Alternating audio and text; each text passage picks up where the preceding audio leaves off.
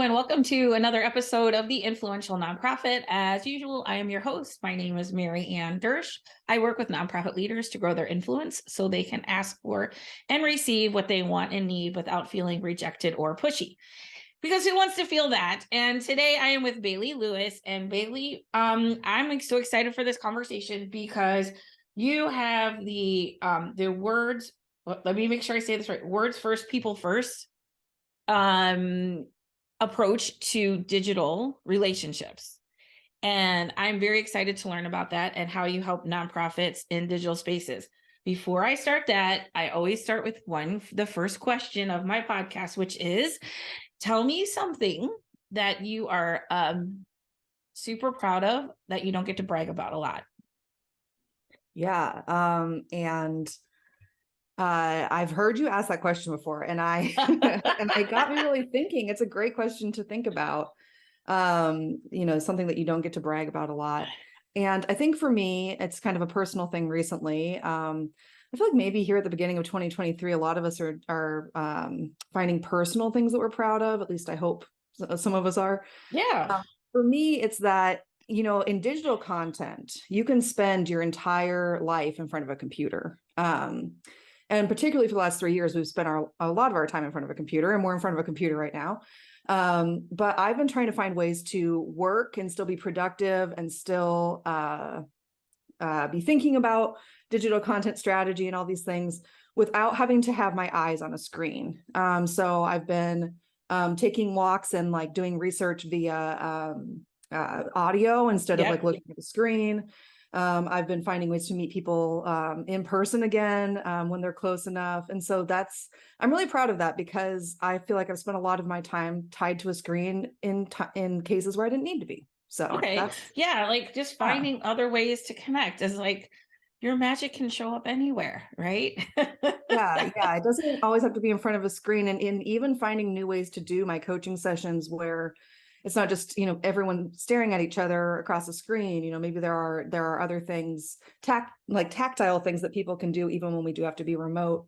And so I've been really proud of finding kind of creative and even fun sometimes ways to take work off of just looking at a screen for 8-10 plus hours a day. Yeah, it's you don't realize how much it is until I went on vacation in November. It's wow, and also I'm really grateful because this allows me to serve a lot of people and in a much more efficient fashion. Right. So let's get into it. You believe coaches, leaders, and teams all over the world to new levels of digital success through a human first, words first mindset in key areas of digital decision making. And your goal is to help organizations make their online spaces a better place for everyone on both sides of the screen. Very, very needed right now. So tell me how you got into this in the first place. What drew you to doing this? Yeah. I didn't get into it on purpose, which I think a lot of us in digital content didn't. I've always loved words, and I've always been a writer. And I went to school for fiction writing, creative writing and fiction, and realized quickly maybe in order to make a living, I needed to do something else. So I added an advertising degree and got some roundedness that way in terms of professional communications. But what really got me into this area of discipline within digital communications is that there was a certain time around 2012, 2011, when all of the literary magazines in the world were taking their offering, their product, their magazines online, because literary magazines, they don't have a lot of resources. It might sound familiar to some people on the call and on the listening, and they needed to take their stuff online, so they didn't have to print and pay for printing and shipping and people power to put all this stuff together. But no one in the literary journal world this was just the beginning. There were no answers for questions like, how do you put a poem on a website so that people can also see it on their phone and so it doesn't break? And so we were solving a lot of those problems and challenges together as a team. And I started to think, I bet organizations have these same challenges. I wonder what that's called. And I found out that it was called content strategy. And I started looking into that, and I got my first position in content strategy, and I've never looked back. Wow. So you develop this people first, words first mindset. How is that different than, or how does that help us, utilize this space better? Yeah, absolutely. So from the time where I got into content strategy, I got into user experience content strategy. And that's a very particular part of digital content strategy. But really, how are we resonating with the people on the other side of the screen? And what I came to find when I was working with teams and with leaders across all these user experience content strategy projects is that putting people first was kind of, it's something they wanted to do, but maybe we're not as sure how to do. So helping them do that. But then that the process that they were using, or the approach to their digital content, was a little flip-flopped. They were, and this is true of a lot of organizations still, where we'll try to do design first. We'll try to make it pretty because everybody wants to see the aesthetic stuff. That's the exciting part. But doing that first instead of words first, which is the name of my company for that reason, instead of sitting down and saying and really deciding and knowing and agreeing together, what are we saying to these people on the other side of the screen, and why are we saying that, and why are we saying it this way? And so when the process is flipped to think about that first, well before design, it reduces a lot of risk. It actually swaps the risk for reward. It makes the team's life a lot better too. And I started to see, aha, not only are we making life better for people on the other side of the screen, but from our standpoint on the admin and the planning and the implementation side of the screen, life is getting better too. Right. And I've seen that in my experience as well. People are they want the navigation of a website, or, and the look of it. And then the words of like, oh, well, we can figure out the words. I think people Yeah. think they can, well, we'll figure out the words. You do this stuff. We don't know how to do it. It's like, yeah, but it all kind of goes together, like I would love to hear like some examples, or, like, how does this work? What does this look like? Yeah, absolutely. So the first thing I tell anyone is that part of this is about breaking up silos. And it's kind of like what you were just saying, where you're saying, they're like, well, we'll do this and you do that, but actually it goes together. And so the first thing that will really need to happen is to get content professionals and writing professionals into a program that does layout. And while Word and word processing software can do layout, you don't want to put yourself through that because it's really hard to get it to do that. So if there's a tool that teams already use for mock-ups, design, prototypes, whatever it is, you could get your writers right in there, because they're not going to be doing design. Don't worry about that. Like, the designers will still be designing, but it gives them the freedom to be creating kind of the shape of the content, the order of it, the organization, the hierarchy of it, within a space that actually shows the context of how it will be displayed to people at the end. And Okay. what that allows is, if you get content professionals and writing professionals into a space where they can do more than just write in paragraphs or try to make you little notes about where stuff goes, then what you end up with is a blueprint for design. So the process really starts by breaking apart that particular silo, getting everybody kind of into the same type of tool, or the same exact Right. tool is even better. And then really paying attention to how the content and the words words first, because the words support images and videos and things like that. What does it look like on the page? What is the order? How are we breaking this into headings? How does someone move from page to page of the site, all before design ever even happens? Right. Right. Okay. And what are some areas you wish people would improve upon, like that you just see like out in the wild? Yeah, absolutely. That's a great question. It's something I talk about a lot. Where are the common, and I call them common opportunities, because it doesn't mean you're doing this like wrong. The rhetoric of doing something wrong.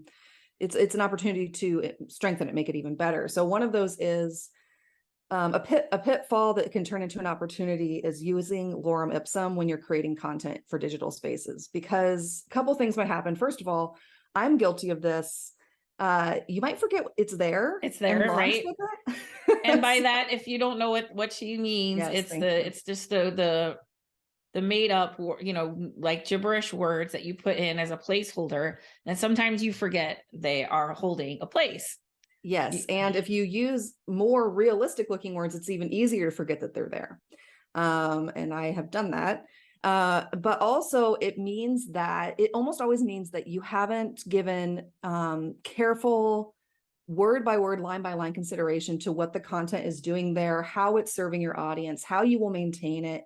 So one of the most common things that I say to people is know what the words are on every page before you go into design. And that does a lot of things. It cuts down on surprises. It's not like, oh, well, we have this whole thing that we need to say and we forgot to design for it. No, because it's already there straight in front of you and you're not using placeholder language or, lorem ipsum or something similar. So that's definitely one of the most common things that will change the way you're going toward a people first, words first mindset. Right. And when the people first, words first, like, what's the first question you ask? Like, say you're, bringing these people together, where do you start? Yeah. You start with discovery and successful web content strategy, user experience content strategy. These names are kind of interchangeable. Yeah. In terms There's of there's a lot of different names to describe the same thing. Yes. Right. Yes. But when it's successful, it starts with the alignment of your organizational goals and your audience's needs, perspectives, and values. And at this point, I always shake my own hand. Like, so that's a partnership between those things. And so if you're making decisions that serve both your organizational goals in terms of why you even have this site or this directory or this portal or whatever the digital space is, and also the needs and perspectives and values of your particular audience members, then you're setting yourself up to make some really good digital content decisions no matter what. So always starting with making sure we have a documented and agreed upon understanding of the organizational goals and identifying how much we actually know about audiences, because sometimes we have a tendency to assume we really care about our audiences and we think about them all the time. So we have a tendency to assume that we know them maybe better than we do. So it starts with either side of the screen, the organizational goals on our side and what do they need from us on the other. Right. And so how do you then understand what your audience wants or needs from a digital space? Yeah, so it's direct engagement with them as much as you possibly can. Okay. If you don't have the resources for that, there's some things you can do, because in the nonprofit world, sometimes we can't spend the time and the budget and the energy on a 4-week user and audience research engagement. But typically, if you have any kind of, let's say you have a call log or you have a survey that you did, or you have any documented response that you've gotten from your audience members, that's a really good place to start combing through and saying, okay, what have they been saying about our initiatives or the things that we're doing, or the things that they need from us. And then also just picking people from your audience or your audience groups, because you probably have multiple groups, Right. Someone who represents the audience group. And friends, family, colleagues are all totally fair game as long as they are a representative member of your group, audience group, and they're not part of your project team, because anybody on your project team knows way too much about the project. Right. And just ask them. In my old life and the company I worked for 16 years, 501 Creative, that's part of what I did was facilitate conversations, like focus group conversations with perspective. Not every time, but a lot of the time. And it's really fascinating. And also, I can also see in that process of really focusing in on the words first, right? Before like on what's going to go on each page before the design. And you're right. Sorry, I hit my mic. The design is so exciting. You know what I mean? And people, and it makes it come to life, like, but words are important. Like this is my big thing. Words matter. Right. And what good is like a beautiful site if people aren't getting the information that they need in the way that they need it? Absolutely. Yes. And when it comes to audience research, you're even wanting to know from them, what do you call this? Like internally, we may call it something, just any kind of concept or even initiative you have going, you might call it something internally, but if it's not what your audience calls that, they won't understand it as readily, and it won't resonate as much with them if you're using even a synonym. Right. So Yes. the research can help you determine words too when you're talking to people. So let's talk a little bit more about that, because I think that's really important.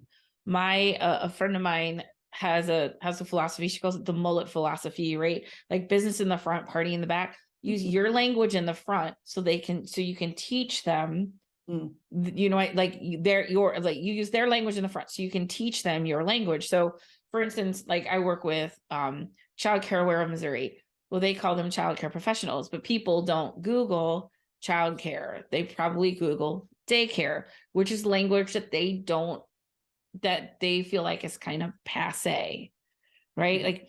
mm. Learning disability, like people may call that a learning difference, you know. And they may switch the language, which is great, you know, because we're being more specific and I think more sophisticated in how we describe something, but that's not how people are looking for it. So how do you manage that or help people deal with that? Yes, I think that's a great way of putting it is, business in the front, party in the Right. back. Like, So business in the right, like we'll get to the party. yeah, Eventually we're gonna take you to where we want you to go. But we have to speak your language. And for some people that can be really like not just distasteful, but or you know what I mean? Like it could be it's not it would feel like almost of not almost I wouldn't say offensive, I would say borderline, you yeah. know, offensive. Right. And it's so tough because your headings, your page titles, these ways that you're organizing your content, Google pays attention to that. That's really how Google knows what your page is about, and it knows whether to serve it up to someone who's searching or not. And then when a person gets to the page, to make sure that they came to the right spot and make sure that the page can help them and to move forward with your organization, they're going to be looking for the words that they know and not the synonyms. So to get them to the point where they're understanding you and they're ready to have that back and forth, it really is about putting what they would call it into your headings, into your, page title, if that's appropriate, whatever. But as soon as you have them there, you can start educating your Right. audience members. And what's most important is to make sure that their tasks are first. So you can't hit them with a whole paragraph about why you call it something different, or your approach if what they wanted to do was find this resource or do something else. But there are ways. I always call it like I'm being like lovingly sneaky to educate audience members. Sometimes what we do, and this has helped a lot, is we create a recurring content pattern across like a website or a different digital space that says, it might be something about terminology. It might be like, hey, daycare is not the preferred term that we use because, and just let them know, very short, very sweet, and just put it like unobtrusively, but put it everywhere, put it on every screen, make it part of like a mega footer, make it part of just something that repeats, because as they go through the site, they'll see it over and over again. And in that way you can help it sink that in, because for them, it's going to be a paradigm shift of that when you're Right. dealing with that kind of thing. Right. And you're the one that has to escort them through the paradigm shift. You can't wait for them to have it, right? To find you. Right. And I think that is, when you talk about words first, people first, a really important thing. And like the other thing I see is people using acronyms or Yes. kind of and their sites. And this is a big thing overall that I think is they're just too internal, right? We're not focused on outcomes. We're not and because and the other thing I see is people organize their website how their organization is organized, not necessarily how somebody would access the content. Right? Right. Like we have these programs. Well, that's not how people like interact with your organization. That's how you're structured. That's not how, like, and so typically you like, oh, it's about our organization. We'll structure it. And that's a big thing, is like really thinking about what do we want people to do when they get there, right? Like what do we want? What are people looking for? How do we put that, you know, where they can find it, and what are they looking for, instead of, hey, here's how our organization is structured, let's just build the site like that, which Right. sometimes could make sense, but most of the time there's an adjustment there. I mean, that's just been my experience. It's so true. And it's so hard for people, all of us, and I say people, I mean we, like the collective Mhm. we, to get out of the internal mindset, because we live it every day and we know it like the back of our hand. And it is second nature to us. And so part of practicing like people first, words first, that mindset online is having extreme empathy for the people on the other side of the screen, to the point where you can kind of take yourself, like have an out of body experience, and put yourself really in their shoes, looking back at the screen with nowhere near the amount of knowledge you have about internal structures, or what certain acronyms are, or your internal language, or which you might cleverly call something internally, and now it's just become really Right. like second nature to you, but understanding the level of understanding that your audiences are coming in with. Yeah. And that's so cool that you said that, because that's like what I do. Like I really help, I coach and train people in influence, like in really honing that empathy skill and Yeah. understanding. Because my big philosophy is like, we love people for who they are, not who we want them to be. Right. So like I want to accept you for who you are. And this has huge ramifications and all the way into marketing. And right, I want you to be okay. I'd love for you to understand this concept, but you don't. So I love you for who you are, right? And then I can bring you along. And that is like, that's a big thing, is really helping people see people for who they are and empathize with that state, instead of wishing they would be different. And because that, once you do that, it's very powerful, because people see themselves, right? And so you want people to see themselves, or what they're looking for, or what their needs are, like in what you're doing.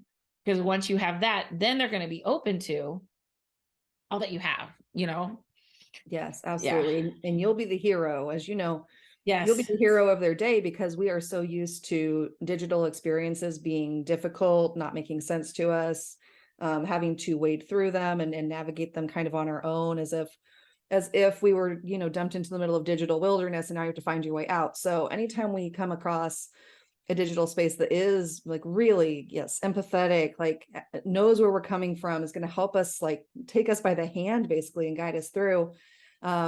It might seem like you're doing too much, or you're being too obvious or whatever, but you're not online, because people come to your digital space, they don't know how it's set up, only you know that. And you're guiding them through. It's also, they've got so many other things going on at any given time, online distractions, real world distractions. So right, just showing them that. In general, I find it's very hard to over communicate. And Yeah. and I'd rather over communicate than under communicate, right? Like it's just, you can't be more clear. It's hard to like say, oh no, that's so clear. Like I've had enough. No, it's like, oh, Yeah. thank you. This is so great. And clear and simple takes more time and energy than, plain and convoluted. I tell people that all the time, Right. right? It takes one, Kirsten Hill, who has been on my podcast, she's with Firespring, and she talks about how sometimes marketing doesn't get the, what we do, or doesn't get the kudos, because it feels so easy. Because if you're doing it well, it feels easy, but when it feels easy, there's been a lot of work and thought behind that to make it feel easy. Because convoluted and boring, that's super easy. That's, right, like that can take you no time. But clear, concise, right, meeting the needs, that takes some thought, but it feels effortless, you Right. know Right. When someone is in your digital part of the world and it was so easy, they didn't realize how easy it was. That's when you know that you're being successful. But you're right, it is. That's not what people remember. They remember the really frustrating thing, or Yeah, right. yeah, yeah, And also like knowing that when you come across them, that felt like somebody, oh, now people can appreciate the energy that's put into that. So how do you work with clients? Do you work like one-on-one? Like what is your like model look like? yeah. So there are two really sides to my coaching business, because I'll tell you about the first side, and I'll tell you why there's a second side. So the first side is coaching teams and leaders through their big deal digital content projects. You've got a big website redesign coming up. You have a big new series of forms that you're launching, and you want to make sure people can use them. And even above and beyond, going, working with somebody's maybe in-house development and design team, but even if someone has another partner that's doing development and design, because what we're working on together, like myself and the client, whether it's leadership or it's their team or both, is the content decisions that you are going to have to make for your organization, no matter who's helping you. There are content decisions that you always have to make. What stays, what goes, what CMS should we choose, this, that, and the other. And your design and development team, they can try to help you, but really it's up to you at the end of the day. And a lot of teams just do not know how to make Yeah. those decisions to remove the risk of it later on. Right. And so it's in those instances, it's month after month, collaborative coaching. Like, let's talk about it. Let's sketch it out. Let's, get it down on a piece of paper. Let's document it, all of these things to make sure they have the pieces in place for success after launch. And so I was doing that work, and people who are professionals kept coming to me and saying, I want to learn how to do that, but I'm not an organization that needs, and I'm Right. not launching a website as an organization. I'm a professional who might help people do that. And so it's only been since September, but I launched a course and community membership for people to both learn how to do user experience content strategy, but also to be part of a community. People kept saying, I want a community. Content work can be so lonely. To be part of a community of people who are like-minded, who care about content, who care about content strategy, who care about kind of this whole idea of Right. making life easier for Right. humans of all Delivering sizes. value. And yes. Yes. Mm-hmm. Right. Yes. So there's two sides now to the business, but they complement each other in ways that I couldn't have foreseen. Somebody will say something on the team and leadership coaching side, I'll bring it back to the community. And then somebody in the community will say something like, oh, well, everybody needs to hear that over on the larger project side too. So Yeah. And so when you do coaching, do you have you have an hourly model, or do you have a retainer, or like, what does that look like to work with you? yeah. So there are a couple of one-off options where we just do a day to just inject some content strategy into your life Yeah. as a leader or as a team. So we might do like a coaching session every day for a week just to tackle one big problem. And I call that my breakthrough week. Or we might do a full day of just high level planning and definition, and you leave with a roadmap. And I call that like the VIP strategy day. But from there, it's really it's session based, and it's month after month, usually for the life of the project, and maybe a little bit before and after, on a retainer coaching session basis. Yeah. And basically, we have a number of sessions, and then we decide what we're going to get done in those Okay. sessions. I love this. I love your model. And I want to say, because I don't call myself a consultant. I'm not a consultant. I'm a coach and a trainer. Right. And that's what you are too. Like, I'm not going to do it for you, but I'll teach you how to do it. I will walk side by side, right, with you. And I find, and I have this course, my influence course. I also have, like, if people take my course, it's a year long, where we continue to work on communication and leadership. And I just I love this model so much. It's like, and I'm so glad to see more of us doing this model, because I think you get better results. I think you can get, it's more economical for the people that we're working with to work this way with us, instead of paying somebody to do something for you. And I think they have more ownership over the outcome, right? Yes. Because we're doing, you're not abdicating, oh, here, create a fundraising plan, create a marketing plan. Well, I could do that. I did that for a long time. And I'm not admonishing the work that I did, because it was good. All right. But hey, when you know better, you do better. Hey, here's this different model where we'll work with you and to do this, right? And they retain ownership of the outcome, right? Right. And so I love that you're embracing this model. I hope one day I want to I'm not ready yet, because I'm putting a lot of energy into what I have now. And I made a commitment, because I love content. I'm like you, I'm a writer. I've never sat down and thought, what am I going to say today? I can always think of something. My mind is always creating. And also I'm working on okay, not just creating for creation's sake, but I do want to expand my business to help consultants shift their business model to more coaching based, especially group coaching models, because it's been for me, and Yeah. I'm just not Yeah. trading time for money. That's just not what I do. Um, Yes. and it's been I'm so glad that I adopted this model, and I'm so glad to see other people adopting this model, because for everyone who's listening or watching, you're going to get a lot more out of it than if you're hey, just so I don't have to think about it. you can't relax like, oh, I just, being part of that outcome, the ownership of the outcomes is really, I think it's just so critical. And that's for me what I see getting really good results. And I bet you see the same. Yes, the feeling of ownership you have over something where you are helping to make the decisions that led to its being, the confidence that I see teams and leaders have in their product when it finally launches, and their ability to maintain it and govern it over time afterward, because usually that's what gets us is. And I used to do this work too. I'm the same. I was part of a user experience team. They doing fantastic work. But what we would do is we'd make this beautiful shiny thing and we would hand it over to the client team and they would say, wow, this is really great. Thanks so much. How do we use it? Right. And so we would try to do training, but no one really remembers training. And then they wouldn't go back to the training manual because that's painful. And they have other things to do in a day than read our training manual or watch our training videos.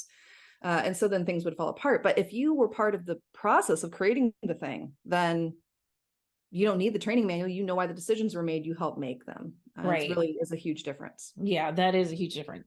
And I'm really glad that you're doing this because like my big philosophy of mine is like our thoughts shape our words shape our reality, and words matter. And so I kind of moved my model up to like really helping people with like their thoughts, like the mindset piece to help them shape their words, which I feel like that's part of kind of your community, that part of it.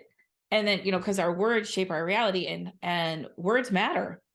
They just Right. matter, and I love Right. them. Yeah. Yes. All And right. yeah, So you're in Columbia, South Carolina. I And am. I feel like we're having a very Columbia, South Carolina day here today. It's like I walked outside this morning. I'm like, it felt like spring, which I know is a lie because this is what we call like this what do we call it, first spring, because then there's going to be second winter. We go through Right. these phases.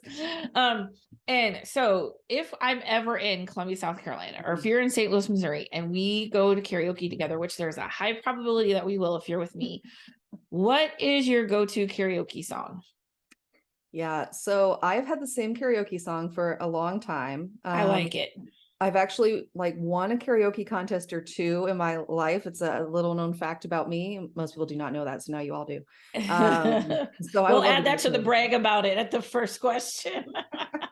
So I love to go to karaoke. I don't do the contest. I I don't won't, really like contests. That's not what I'm in it for, but I hear you. no, I won't compete unless, unless it just happens to be part of the deal. So, but I keep trying to find new karaoke songs and I haven't found one I like as much. So my karaoke song is Any Man of Mine by Shania Twain. That's a good one. And see, she's back. She's got a resurgence, so it's good now. Yeah, yeah. So, and yeah, even more people will know it when I sing it. That's a great song. It's a Um, legend song. And yeah, yeah, it's a good yeah, belter. I'm loving it. Okay, that's a yeah. date. Thank you, Bailey Lewis. Definitely should. How can people, if people are interested in talking with you about people first, words first, how do they get in touch with you? Yeah. So my website is wordsfirstcontent.com. You can also get to the community site from that same website. It's a separate site, but you can get there from there. And then I'm on Instagram, and I'm doing a little bit of video. I'm a words girl, but I'm trying to always expand my skills. So you can find me on YouTube too. But all of my social handles are at Words First Content. Perfect. And I'll put those in the show notes just in case if you are not in a place where you can take note of that. And you please check out her work and her socials. And thank you so much for being here Thank and you. for helping create, more user-friendly digital spaces. Yes, absolutely. It's so important. It's so nice to talk to someone else who gets it and who's doing the same. So All right, thank you. And that's it thanks, for Marion. this episode of The Influential Nonprofit. And listen, if you are looking for my theme for this year is amplify. So if you are looking for a speaker, for a conference, for, you're looking for a keynote, I'm your girl, inspirational, energetic, all the things that you want. So you can just reach out to me, Marion at courageouscommunication.com. I have a speaker manager. We'll figure it all out. That's my goal for the year, Bailey. It's my word for the year is amplify. I love that. I love Every year that. I get a theme. That's my theme. All right. Yeah. Thanks to everybody. I'll see you next time on The Influential Nonprofit.